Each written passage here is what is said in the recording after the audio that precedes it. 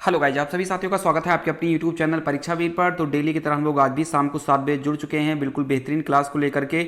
और आपको पता है कि यूपी डब्ल्यूएससी पेट में सबसे ज़्यादा क्वेश्चन जो आने वाले हैं वो जीके सेक्शन से आने वाले हैं। तो आज का जो सेक्शन है बिल्कुल मिक्स है, पॉलिटी भी है, ज्योग्राफी भी है, हिस्ट्री भी है, मॉडर्न हिस्ट्री, मिडिवल हिस्ट्री, सब कुछ आपको यहाँ पर देखने को मिलेगा, साइंस भी देखने को मिलेगी। तो प्रीवियस ईयर में जो सबसे ज़्यादा इंपॉर्टेंट क्वेश्चन हुए हैं जो बार बार एग्जाम में पूछे जाते हैं वो क्वेश्चन हम लोग आज देखने वाले हैं। तो जो भी साथी सभी लोग चैनल पर जुड़ चुके हैं वो लोग वीडियो को शेयर कर दें। सभी को गुड इवनिंग। और डेली शाम को 7 बजे आया करिए। कल क्लास नहीं चली थी, उसका सबसे बड़ा रीजन था कल जो है बोलबम था और बहुत ज़्यादा जो है आसपास शोर भी हो रहा था, तो इसलिए जो है वो क्लास आपकी नहीं चली थी। लेकिन चलिए आज चल रही है, डेली चलेगी, कोई दिक्कत वाली बात नहीं है।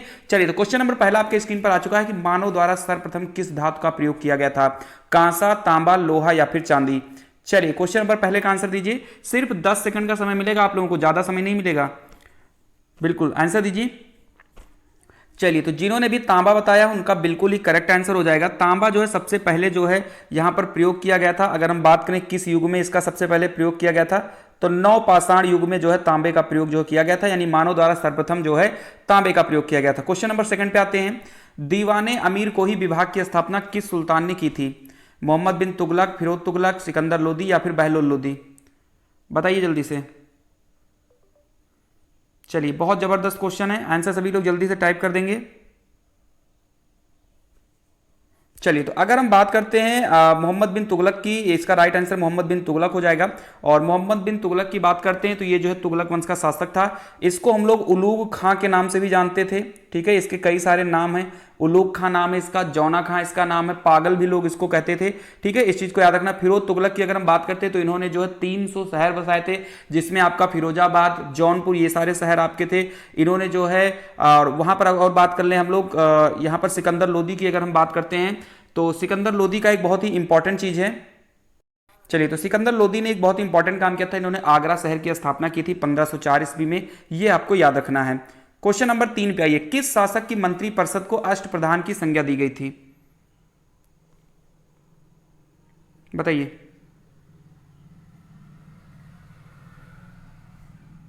बहुत बढ़िया।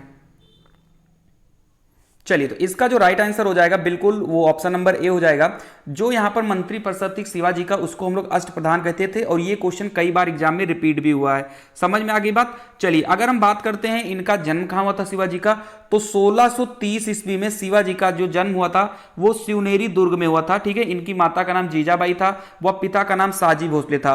और एक क्वेश्चन शिवाजी से सबसे ज्यादा पूछा जाता है वो ये कि शिवाजी के गुरु का क्या नाम था, तो शिवाजी के गुरु का नाम था गुरु कोंडदेव। याद रखना है, काफी बार एग्जाम में पूछा जा चुका है। क्वेश्चन नंबर 4 पे आते हैं। सती प्रथा का अंत तथा ठगी प्रथा को समाप्त करने का श्रेय किसको दिया जाता है? ये काफी जो है इंपॉर्टेंट क्वेश्चन है और मेरे हिसाब से आप इसको सही भी करेंगे।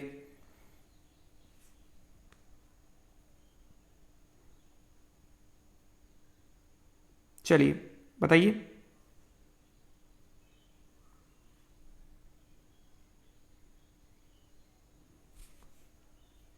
चलिए तो इसका जो राइट आंसर हो जाएगा क्वेश्चन नंबर 4 का, वो बिल्कुल आप लोगों का ऑप्शन नंबर डी सही है। लॉर्ड विलियम बेंटिंग जो है बिल्कुल करेक्ट हो जाएगा। वहीं पर और जो ऑप्शन दिए अगर हम इनकी बात करें तो लॉर्ड मेयो की बात करते हैं तो इनके समय पर सबसे पहले जो है आप लोगों की जो जनगणना है वो शुरू की गई थी 1872 ईस्वी में।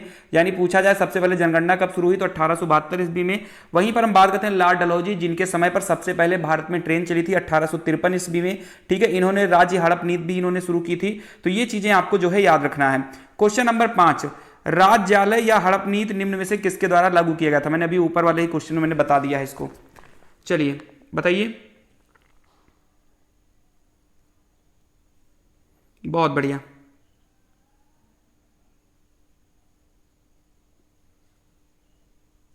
चलिए तो इसका राइट आंसर आप लोगों ने लॉर्ड डलहौजी कर ही दिया होगा, इन्होंने हड़प नीति जो है स्टार्ट की थी। बाकी सभी के बारे में हम बता चुके हैं। क्वेश्चन नंबर 6 पर आ जाइए। मुद्रा राक्षस नामक पुस्तक के लेखक कौन थे? सभी लोग आंसर दिया करिए, कोई लोग लापरवाही नहीं करेंगे, ठीक है। सभी लोग आंसर दीजिए और साथ ही साथ अगर क्वेश्चन अच्छे लग रहे हैं तो वीडियो को लाइक करना बिल्कुल ना भूलें। चलिए तो मुद्रा राक्षस नामक पुस्तक के लेखक कौन थे? बहुत ज्यादा इंपॉर्टेंट है ये। चलिए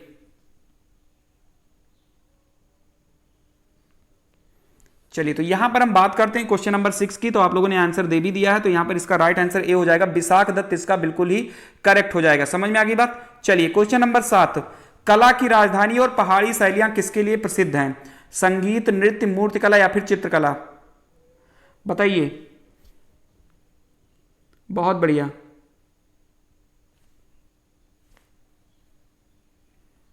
चलिए, जबरदस्त।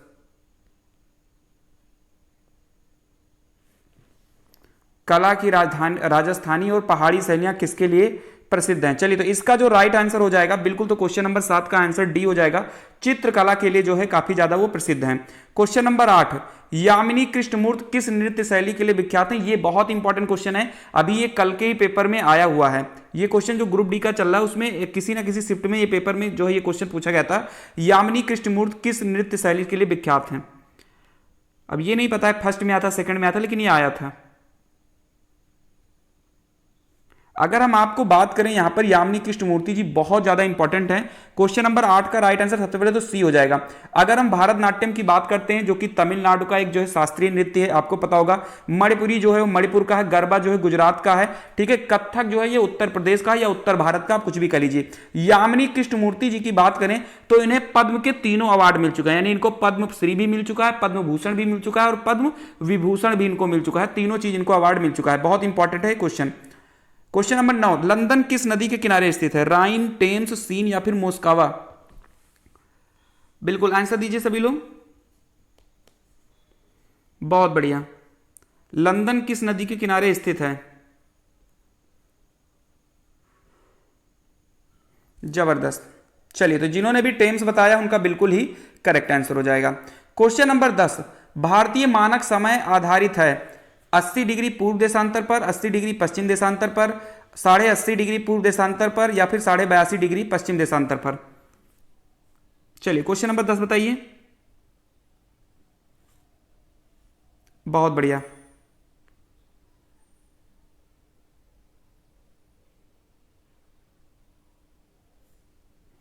जबरदस्त।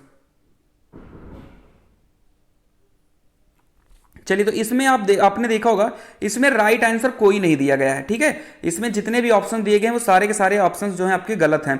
अगर हम बात करते हैं मानक समय की तो इसको याद रखिएगा, 82 डिग्री 30 मिनट पूर्वी देशांतर होता है, ठीक है। 82.5 डिग्री पूर्वी देशांतर होता है और यहां पर किसी भी ऑप्शन में 82.5 डिग्री पूर्वी देशांतर नहीं दिया गया है, ठीक है, याद रखिएगा। और ग्रीनविच के मानक समय से पूरे जो है 5 घंटे आगे है, 5.5 घंटे आपका ये आगे होता है, ठीक है। चलिए, बहुत बढ़िया। क्वेश्चन नंबर 11 पे आते हैं। पृथ्वी के अतिरिक्त किस ग्रह पर वायुमंडल पाया जाता है? बुध, मंगल, बृहस्पति या फिर शनि? बताइए, पृथ्वी के अतिरिक्त किस ग्रह पर वायुमंडल पाया जाता है? आंसर सभी लोग टाइप करें। जबरदस्त क्वेश्चन है ये। चलिए, तो इसका जो राइट आंसर हो जाएगा वो आपका मंगल हो जाएगा, ठीक है। तो पृथ्वी के अतिरिक्त जिस पर वायुमंडल पाया जाता है वो मंगल ग्रह, जिसको आप लाल ग्रह के भी नाम से जानते हैं। बुध ग्रह जिस पर एक भी उपग्रह नहीं है, बृहस्पति और शनि के बारे में आपको पता है, शनि में जो है वलय होते हैं 7, ये भी आपको पता होगा। चलिए, नीला ग्रह के नाम से किसे जाना जाता है? मंगल, पृथ्वी, शुक्र या फिर यूरेनस? बिल्कुल मिक्स टॉपिक है, जीके के जितने भी टॉपिक आने हैं आपके एग्जाम में सारे के सारे हैं इसमें। नीला ग्रह के नाम से कौन जाना जाता है? मंगल, पृथ्वी, शुक्र या फिर यूरेनस? बहुत जल्दी जल्दी टाइप किया करिए आंसर आप लोग। चलिए, तो बिल्कुल आप सभी लोगों को पता है कि जो नीला ग्रह है वो आपकी पृथ्वी होती है, क्योंकि इसमें जो है पानी की मात्रा ज्यादा होती है और लगभग जो है 73% 74% के आसपास इसमें पानी होता है। शुक्र जिसको पृथ्वी की जुड़वा बहन कहते हैं। मंगल जो आपकी लौह ऑक्साइड के कारण लाल होता है, इसलिए उसको लाल ग्रह भी कहते हैं। क्वेश्चन नंबर 13 पे आते हैं। भारतीय रिजर्व बैंक का राष्ट्रीयकरण कब किया गया था? बताइए। चलिए, भारतीय रिजर्व बैंक का राष्ट्रीयकरण कब किया गया था? चलिए, तो बिल्कुल इसका राष्ट्रीयकरण जो है 1949 में किया गया था। अगर हम बात करते हैं रिजर्व बैंक की स्थापना कब हुई थी, तो 1 अप्रैल 1935 ईस्वी को कलकत्ता में इसकी स्थापना की गई थी, याद रखना इसको। क्वेश्चन नंबर 14, भारतीय विदेश व्यापार संस्थान कहां स्थित है? नई दिल्ली, हैदराबाद, मुंबई या फिर अहमदाबाद?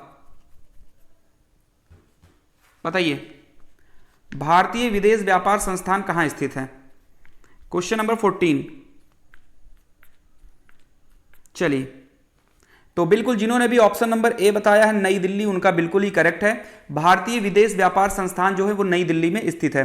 क्वेश्चन नंबर 15, भारत में कार्यपालिका का अध्यक्ष कौन होता है? राष्ट्रपति, प्रधानमंत्री, विपक्ष का नेता या फिर भारत सरकार का मुख्य सचिव? चलिए बहुत बढ़िया।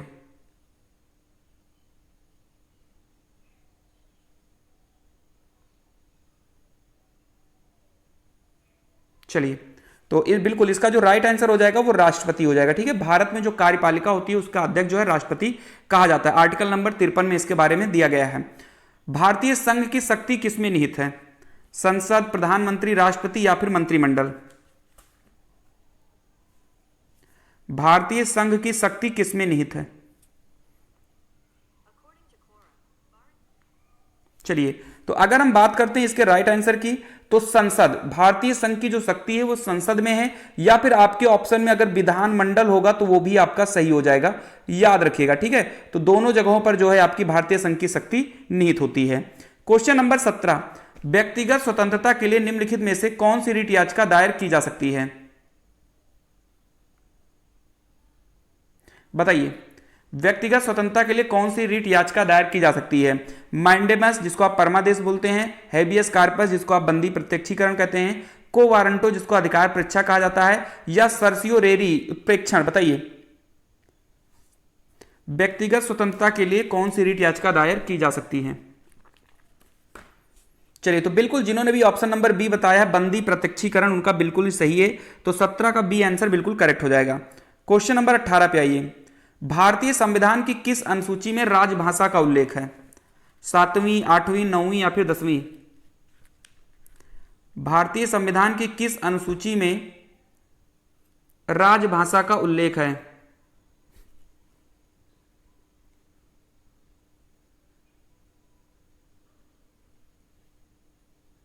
बताइए।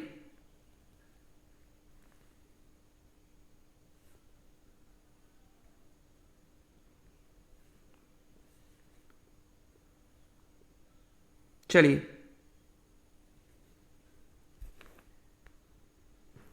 तो बिल्कुल यहां पर आप लोगों ने आंसर बिल्कुल सही बताया, 8वीं हो जाएगी, जिसमें टोटल जो है 22 भाषाओं के बारे में जिक्र किया गया है, और इन 22 भाषाओं में आपकी अंग्रेजी नहीं शामिल है, इसको आप याद रखिएगा। क्वेश्चन नंबर 19, निम्नलिखित में से कौन सी शर्त भारत की नागरिकता प्राप्त करने के लिए नहीं है? बताइए। निम्नलिखित में से कौन सी शर्त भारत की नागरिकता प्रदान करने के लिए नहीं है? अधिवास, पंजीकरण, वंशानुक्रम या फिर संपत्ति स्वामित्व? क्वेश्चन नंबर 19,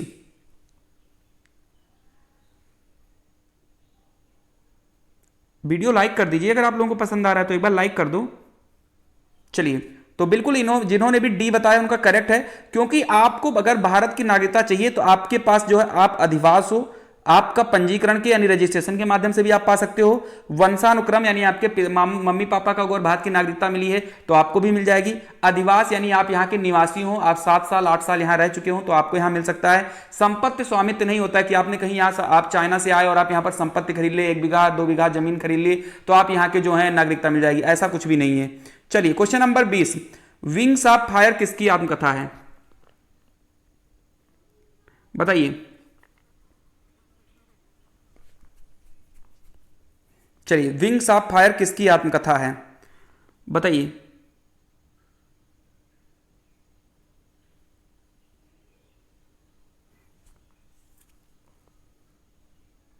चलिए अब जल्दी बताइए।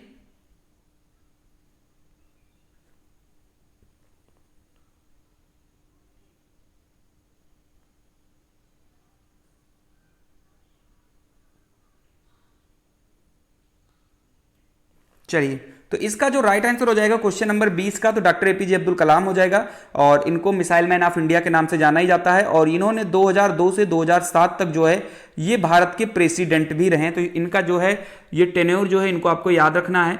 ठीक है, 5 साल ये जो है राष्ट्रपति थे 2002 से 2007 तक, कभी कभी पूछ लिया जाता है। ठीक है, चलिए क्वेश्चन नंबर 21, निम्नलिखित में से किस एक में सर्वोच्च विशिष्ट ऊष्मामान होता है? साइंस का क्वेश्चन आ गया है, 5 नंबर आपके साइंस की आनी है आपके एग्जाम में। निम्नलिखित में से किस एक में सर्वोच्च विशिष्ट ऊष्मामान होता है? कांच, तांबा, सीसा या फिर जल? चलिए जबरदस्त, बहुत बढ़िया।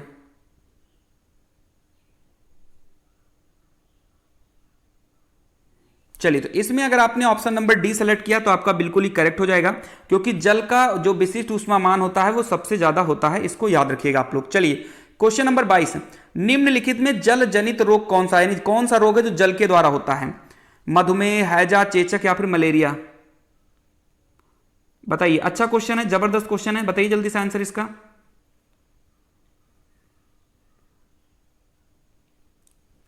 चलिए, तो बिल्कुल अगर हम क्वेश्चन नंबर 22 की अगर हम बात करते हैं तो इसका सीधा और राइट आंसर हैजा हो जाएगा। हैजा जो है जल के द्वारा होता है, मलेरिया आपको पता है मच्छर के द्वारा होता है, चेचक वायरस के द्वारा होता है, मधुमेह जो है इंसुलिन की कमी के कारण होता है। चलिए, क्वेश्चन नंबर 23, ट्रांसफार्मर किससे काम करता है? केवल प्रत्यावर्ती धारा से, केवल दिष्ट धारा से, एसी और डीसी दोनों से, या किसी भी सिग्नल से? बताइए। बहुत बढ़िया। ट्रांसफार्मर किससे काम करता है?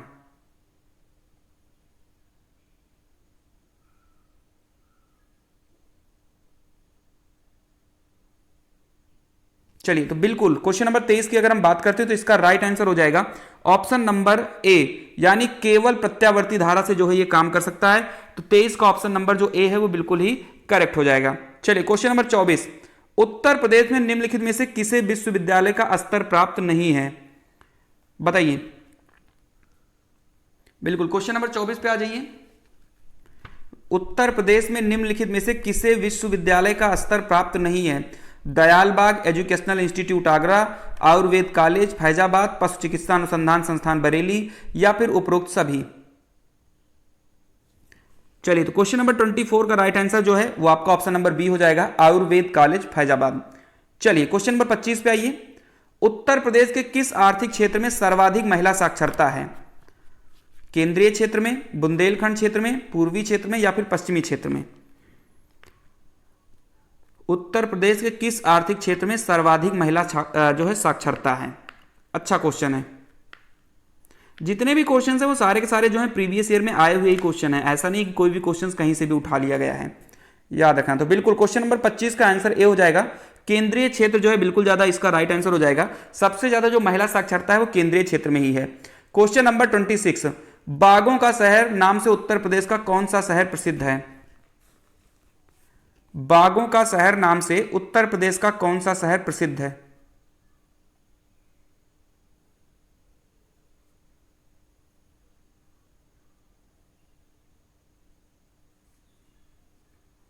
चलिए, बताइए।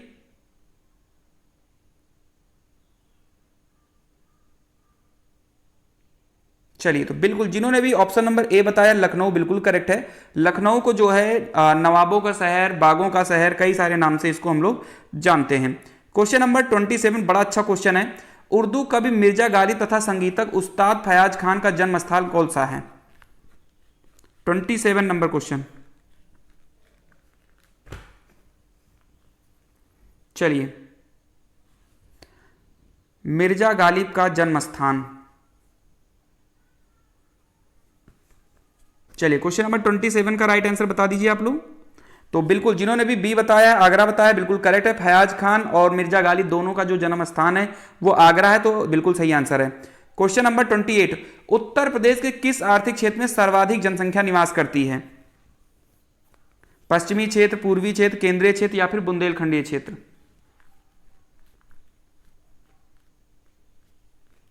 बताइए।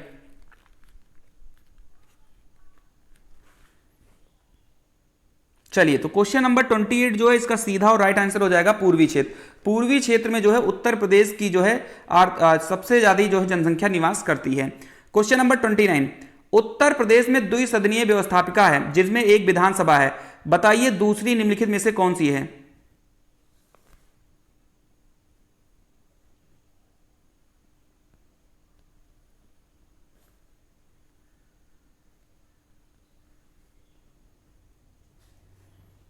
चलिए, तो बिल्कुल आपको हम बता दें द्विसदनीय जो है व्यवस्थापिका है जिसमें एक विधानसभा और दूसरी आपकी विधान परिषद है।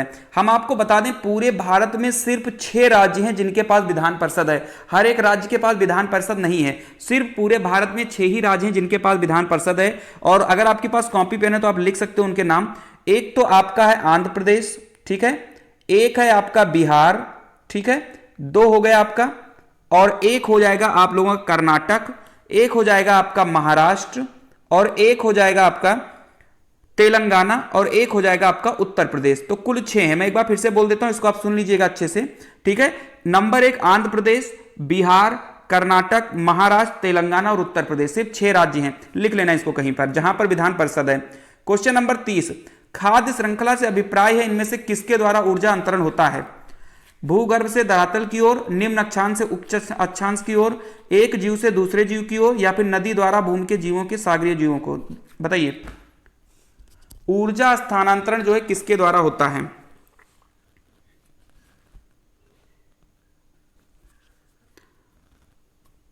खाद्य श्रृंखला में ऊर्जा स्थानांतरण किसके द्वारा होता है?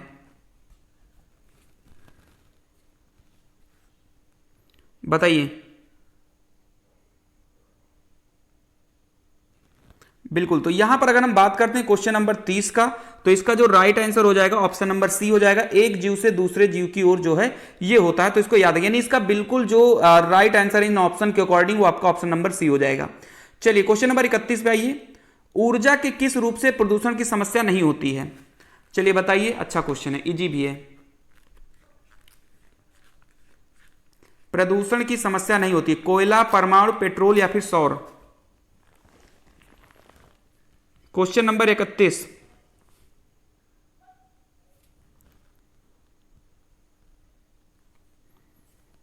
चलिए तो बिल्कुल डी ऑप्शन सही हो जाएगा भाई। सौर ऊर्जा जो सूर्य के द्वारा जो ऊर्जा आती है उसमें कोई प्रदूषण नहीं होता है। कोयला जलाओगे वहां भी प्रदूषण है, परमाणु जलाओगे वहां भी है प्रदूषण, पेट्रोल जलाओगे वहां भी प्रदूषण है, लेकिन सौर जो सूर्य के द्वारा आती है उसमें कोई प्रदूषण नहीं है। तो बिल्कुल इन्होंने भी डी बताया, बिल्कुल सही बताया है।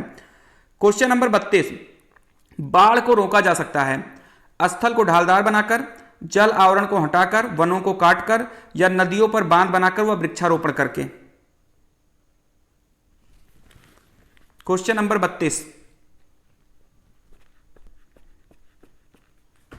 चलिए तो बिल्कुल जिन्होंने भी ऑप्शन नंबर डी बताया है, नदियों पर बांध बनाकर और वृक्षारोपण करके हम बाढ़ को रोक सकते हैं, बिल्कुल करेक्ट आंसर उनका है।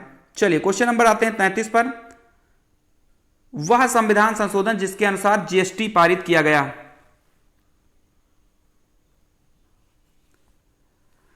बताइए। गुड्स एंड सर्विस टैक्स, याद रखना है इसको, फुल फॉर्म होता है इसका, और संविधान के किस संशोधन के द्वारा इसको पारित किया गया था? क्वेश्चन नंबर 33 का आंसर बताइए सभी लोग। बिल्कुल, तो जिन्होंने भी ऑप्शन नंबर ए बताया बिल्कुल ही करेक्ट है उनका। और अगर आपसे पूछा जाए ये लागू कब हुआ था, तो 1 जुलाई 2017 आपको याद रखना है। 1 जुलाई 2017 को जो है इसको लागू किया गया था। निम्नलिखित में से किस कंपनी ने 2040 तक कार्बन न्यूट्रल होने की घोषणा की है? टाटा मोटर्स, मारुति, महिंद्रा एंड महिंद्रा या फिर टोयोटा? किस कंपनी ने 2040 तक कार्बन न्यूट्रल होने की घोषणा की है? चलिए तो क्वेश्चन नंबर 34, और इसका जो सीधा और राइट आंसर हो जाएगा बिल्कुल option number C, Mahindra and Mahindra, बिल्कुल करेक्ट आंसर इसका हो जाएगा। Question number 35, social networking website Facebook के संस्थापक का नाम बताइए। अच्छा क्वेश्चन है, जल्दी से बताइए।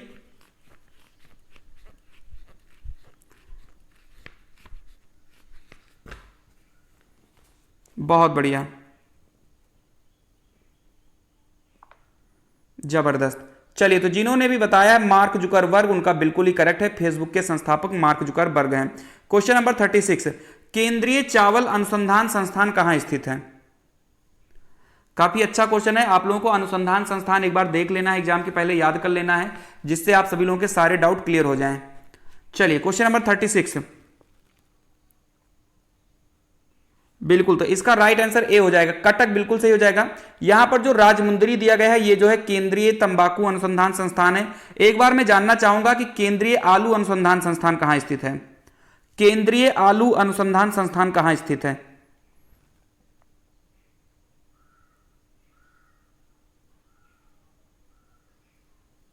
बताइए।